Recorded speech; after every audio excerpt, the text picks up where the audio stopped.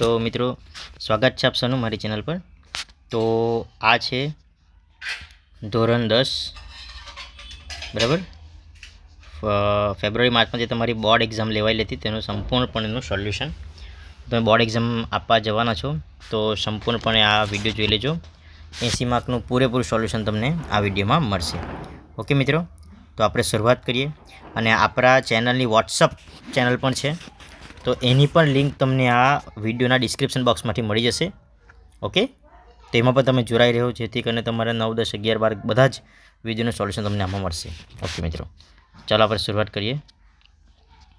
તો નીચે આપેલા 1 થી 24 પ્રશ્નોના માંગ્યા મુજબ જવાબ લખવાનો છે મિત્રો। તો કીર્તિ તોરણ જે છે એ ક્યાં આવેલું છે? તો વડનગર, બરાબર ને? કીર્તિ તોરણ ક્યાં આવેલું છે? તો વડનગર। બીજું જોઈએ જરીકામ। જરીકામ આપણને ખબર છે સુરત। પછી સ્તંભલેખો કઈમાં લખાયેલી છે? તો બ્રાહ્મી લિપિમાં, બરાબર। પછી એલિફેન્ટા તો ધારાપુરી।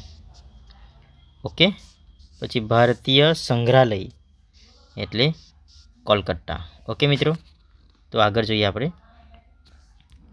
આ વિધાન નીચેના વિધાન જે આપેલા છે અનામત જંગલના, બરાબર, અનામત જંગલના લાકડા વીણવા તથા પશુચરણ માટે સ્થાનિક લોકોને પ્રવેશવાની છૂટ હોય છે। તો મિત્રો આ વાક્ય ખોટું છે। દેશની કુલ રાષ્ટ્રીય આવકને દેશની કુલ વસ્તી વડે ભાગવાથી મથાદીઠ આવક પ્રાપ્ત થાય છે। તો મિત્રો આ વિધાન સાચું છે। ગુજરાત સરકાર દ્વારા કિશોરીઓને પોષણયુક્ત આહાર તેમજ કૌશલ્ય વિકાસ માટે સબળા યોજના અમલી બનાવી છે। તો મિત્રો આ વિધાન પણ ખરું છે। પછી આપણે જોઈએ ગ્રામ પંચાયત અને નગરપાલિકામાં પણ અનુસૂચિત જાતિ અને અનુસૂચિત જનજાતિ માટે કેટલીક બેઠકો અનામત રાખવામાં આવે છે। ઓકે, તો એમાં પણ વાક્ય ખરું છે। 2011ના એક અંદાજ મુજબ ભારતમાં સૌથી વધુ વૃદ્ધોની વસ્તી અરુણાચલ પ્રદેશમાં છે। તો મિત્ર આ વાક્ય ખોટું છે। પ્રશ્ન નંબર 11માં જોઈએ આપણે। કૃષ્ણરાજ સાગર બહુહેતુક યોજના ખાલી જગ્યા નદી પર આવેલી છે। તો કઈ નદી આવશે મિત્રો અહીંયા? કાવેરી નદી આવશે। નેક્સ્ટ, ગરીબી રેખાનો ખ્યાલ પ્રથમ WHOના નિયામક ખાલી જગ્યાએ રજૂ કર્યો હતો? તો બોર્ડ, ઓકે, શું આવશે? બોર્ડ ઓરે એ નિયમ કર્યો હતો, બરાબર। નેક્સ્ટ જોઈએ આપણે અમેરિકન પ્રમુખ કોણ હતા? એ અમેરિકાની સંસદમાં તારીખ 15 માર્ચ, તો અમેરિકન પ્રમુખ જ્હોન કેનેડી, બરાબર ને? એ માર્ચ 1962ના રોજ ગ્રાહકોને 4 અધિકારીઓ આપ્યા હતા, બરાબર। પ્રશ્ન નંબર 14 પર આવીએ। હળવી મધ્યમગતિના તથા ભારે વાહનોના સામાન્ય રીતે ખાલી જગ્યા બાજુની લેનમાં જ વાહન ચલાવવું જોઈએ। તો કઈ? તો સૌથી ડાબી સાઈડ। શું જવાબ આવશે મિત્રો? સૌથી ડાબી સાઈડ। ઉર્જાનો મુખ્ય સ્ત્રોત ખાલી જગ્યા છે? તો એ તો આપણને ખબર છે કે સૂર્ય, બરાબર ને? નેક્સ્ટ આપણે જોઈએ વિકલ્પોમાંથી જોવાનું છે નીચેમાંથી કયું જૈવ આરક્ષિત ક્ષેત્ર? તો પંચમઢી। નીચેનામાંથી કયો રેશમનો પ્રકાર નથી? તો ઝીંગા, બરાબર ને? નેક્સ્ટ જોઈએ પ્રશ્ન નંબર 18। ગુજરાતનું સૌથી મોટું રેલવે સ્ટેશન કયું છે? તો અમદાવાદ। કયું? અમદાવાદ। નેક્સ્ટ, ગુજરાત સરકારે ગ્રાહક સુરક્ષા નિયમો 1978 ક્યારે અમલમાં મૂક્યા? તો 18 ફેબ્રુઆરી 1978ના રોજે. બરાબર. પ્રશ્ન નંબર 20 જોઈ લઈએ. દ્વિચક્રી વાહન ચલાવતા પહેરતા હેલ્મેટનું મુખ્ય કાર્ય નીચેનામાંથી કયું છે? તો આપણને ખબર છે મિત્રો, શું આવશે મિત્રો? આ તમારે મને કહેવાનું છે ને. આ તો આપણને બધાને ખબર જ હોવી જોઈએ. કમેન્ટ બોક્સમાં લખો 20માં A, B, C કે D. બરાબર. પ્રશ્ન નંબર 21નો જોઈએ. આંતરરાષ્ટ્રીય ખાદ્ય પદાર્થને પ્રમાણિત કરવાનું કાર્ય કરનાર આંતરરાષ્ટ્રીય કમિશનનું નામ? તો CAC. બરાબર. શું આવશે CAC એટલે? Codecs એલિમેન્ટ્રીયસ commission. કોડેસ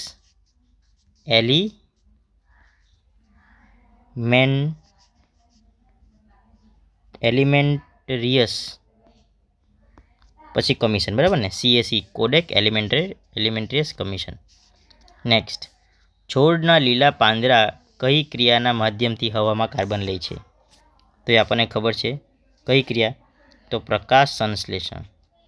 ઓકે મિત્રો, પ્રકાશ, જો સામાજિક વિજ્ઞાનનો પણ વિજ્ઞાનનો પ્રશ્ન આવે છે તેથી તો એને સામાજિક વિજ્ઞાન કહેવાય છે, પ્રકાશ સંશ્લેષણ. બરાબર. નેક્સ્ટ, સરકાર ઔદ્યોગિક નીતિ દ્વારા ખાનગી ક્ષેત્ર પર અંકુશો અને નિયંત્રણનો ક્રમશઃ ઘટાડો કરી વિકાસને પ્રોત્સાહિત કરતી નીતિનું નામ શું છે? તો ઉદારીકરણ.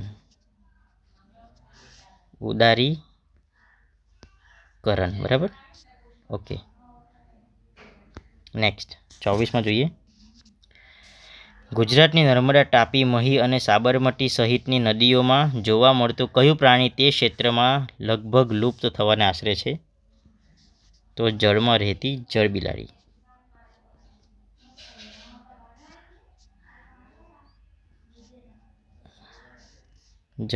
બરાબર.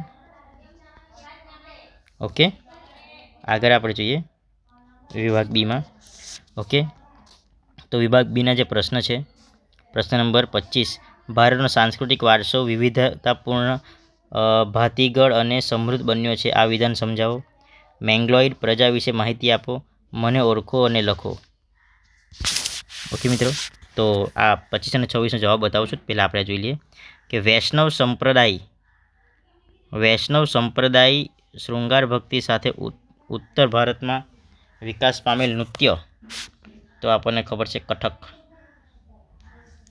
હું સંગીતને લાગતો વેદ છું. સંગીતને લાગતો વેદ એટલે સામવેદ. બરાબર. ચલો, તો 25, 26, 28, 29 બધા જ પ્રશ્નના જવાબ જોઈ લઈએ.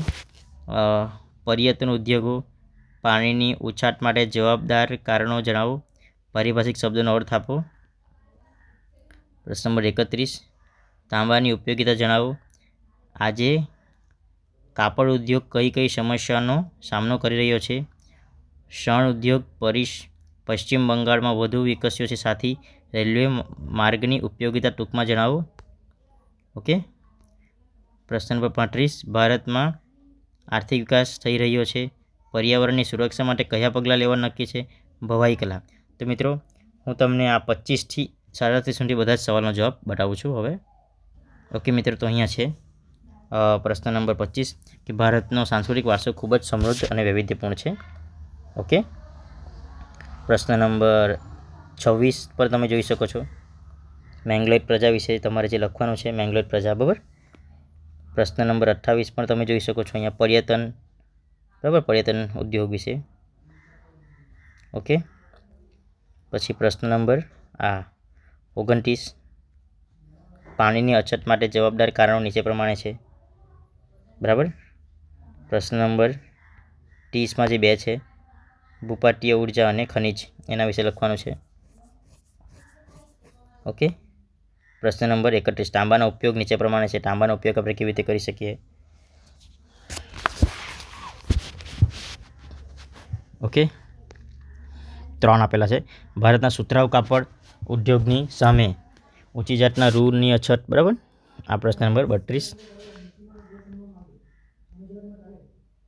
પ્રશ્ન નંબર 33.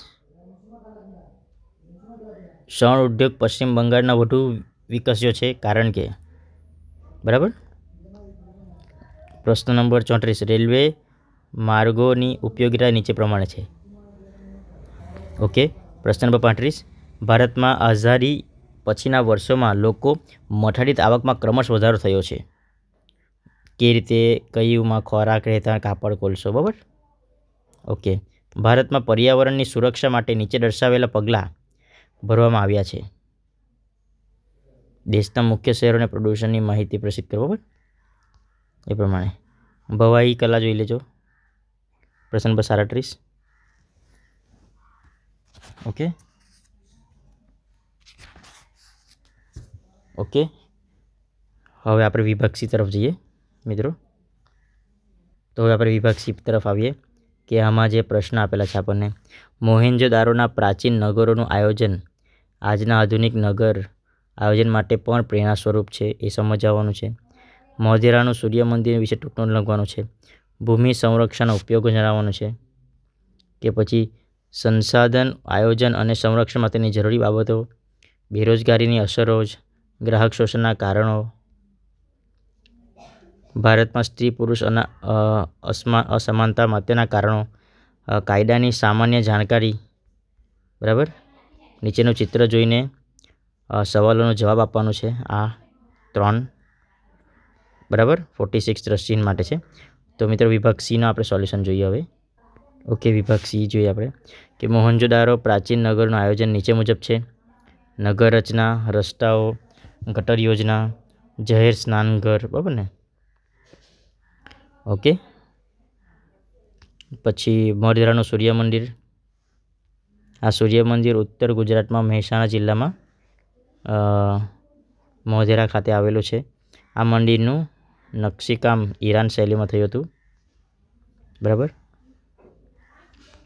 પછી ભૂમિ સંરક્ષણના ઉપાયો, ભૂમિ સંરક્ષણ કેવી રીતે થઈ શકે. બરાબર. પછી કુદરતી સંસાધનોના આયોજન અને સંરક્ષણ માટે નીચેના બાબતો. બરાબર. આ 5 ટોપિક છે. ભારતમાં બેરોજગારીની અસરો નીચે પ્રમાણે જણાવો. નીચે પ્રમાણે જોવા મળે છે. ઓકે. નેક્સ્ટ, ગ્રાહકોનું શોષણ થવાના મુખ્ય કારણ નીચે મુજબ છે. ગ્રાહક પોતે જવાબદાર. મર્યાદિત માહિતી. બરાબર. મર્યાદિત પુરવઠો, મર્યાદિત હરીફાઈ. બરાબર. એ પ્રમાણે આપણે જોયું.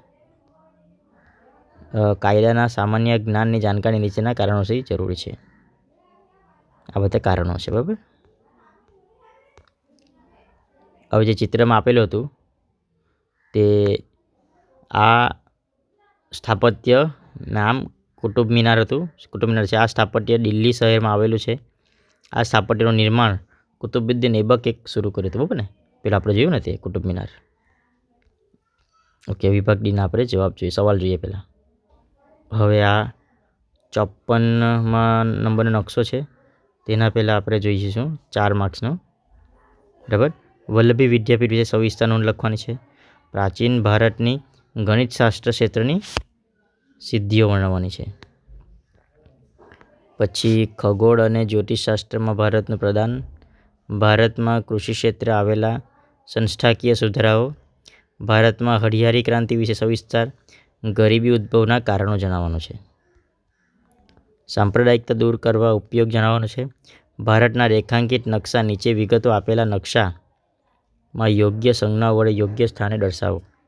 ઓકે. રણ પ્રકારની જમીન આ પ્રમાણે 4 જોવાનું છે. બરાબર. રણ પ્રકારની જમીન કયા રાજ્યમાં આવેલી છે એ ફક્ત દ્રષ્ટિહીન માટે છે. હવે આપણે જવાબ જોઈશું. ઓકે. વિભાગ ડીનું આપણે જે વલ્લભી વિદ્યાપીઠ એનું જે ચર્ચા કરવાનું છે તો આ પ્રમાણે ટોપિક આપેલા છે. બરાબર ને. કે ભાવનગર પાસેનું વલ્લભી એ સમયનું મૈત્રક વંશના તત્કાલીન શાસકોનું રાજધાની વગર. બરાબર. વલ્લભીપુરનું પ્રમાણ આપેલું છે. ઓકે, આ બીજા બધા મુદ્દા છે. ઓકે, આટલા તમે જવાબ આટલી રીતે લખી શકો. આટલું સેમ ટુ સેમ લખવાની જરૂર નથી, પ્રમાણે તમને જે યાદ રહી તે લખી શકો. પછી પ્રાચીન ભારતમાં ગણિતશાસ્ત્ર નીચે પ્રમાણે કેટલીક શકવર્તી શોધો થઈ હતી. બરાબર, આ તે પ્રમાણે છે. કે આગળ જોઈએ, ખગોળશાસ્ત્ર પ્રાચીન ભારતને ખગોળ વિદ્યા આપેલું પ્રદાન નીચે પ્રમાણે છે. ઓકે,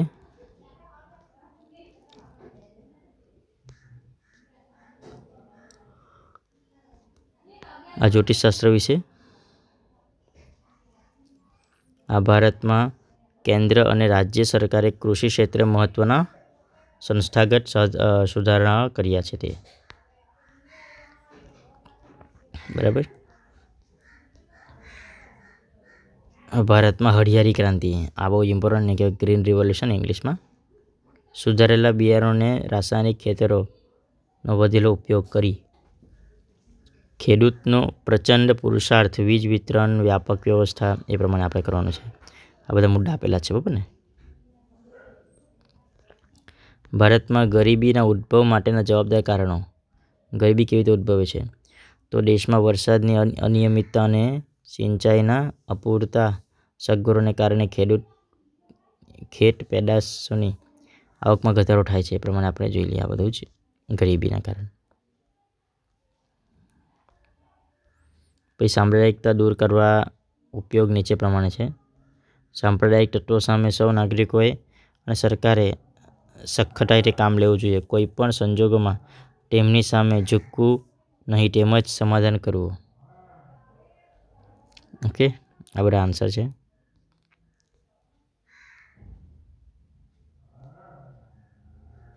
આગળ જોઈએ આપણે. આ નકશા પૂર્તિમાં જોવાનું છે જવાબ કે રણ પ્રકારની જમીન એવી રીતે દર્શાવવાનું, બરાબર ને. રણ પ્રકારની દર્શાવી જમીન. પછી વાદળાવાળી જમીન. ઓકે, આ પ્રમાણે તમારે દર્શાવવાનું છે. જેમ કે આ અહીંયા જોવા મળે છે. પછી ચા પકાવતો દેશ અહીંયા જોવા મળે છે, બરાબર. આ પ્રમાણે અહીંયા જોવા મળે છે અને અહીંયા જોવા મળે છે. તો વિડીયો ગમે તો વિડીયોને લાઇક કરો, શેર કરો, સબસ્ક્રાઈબ કરો. Thank you.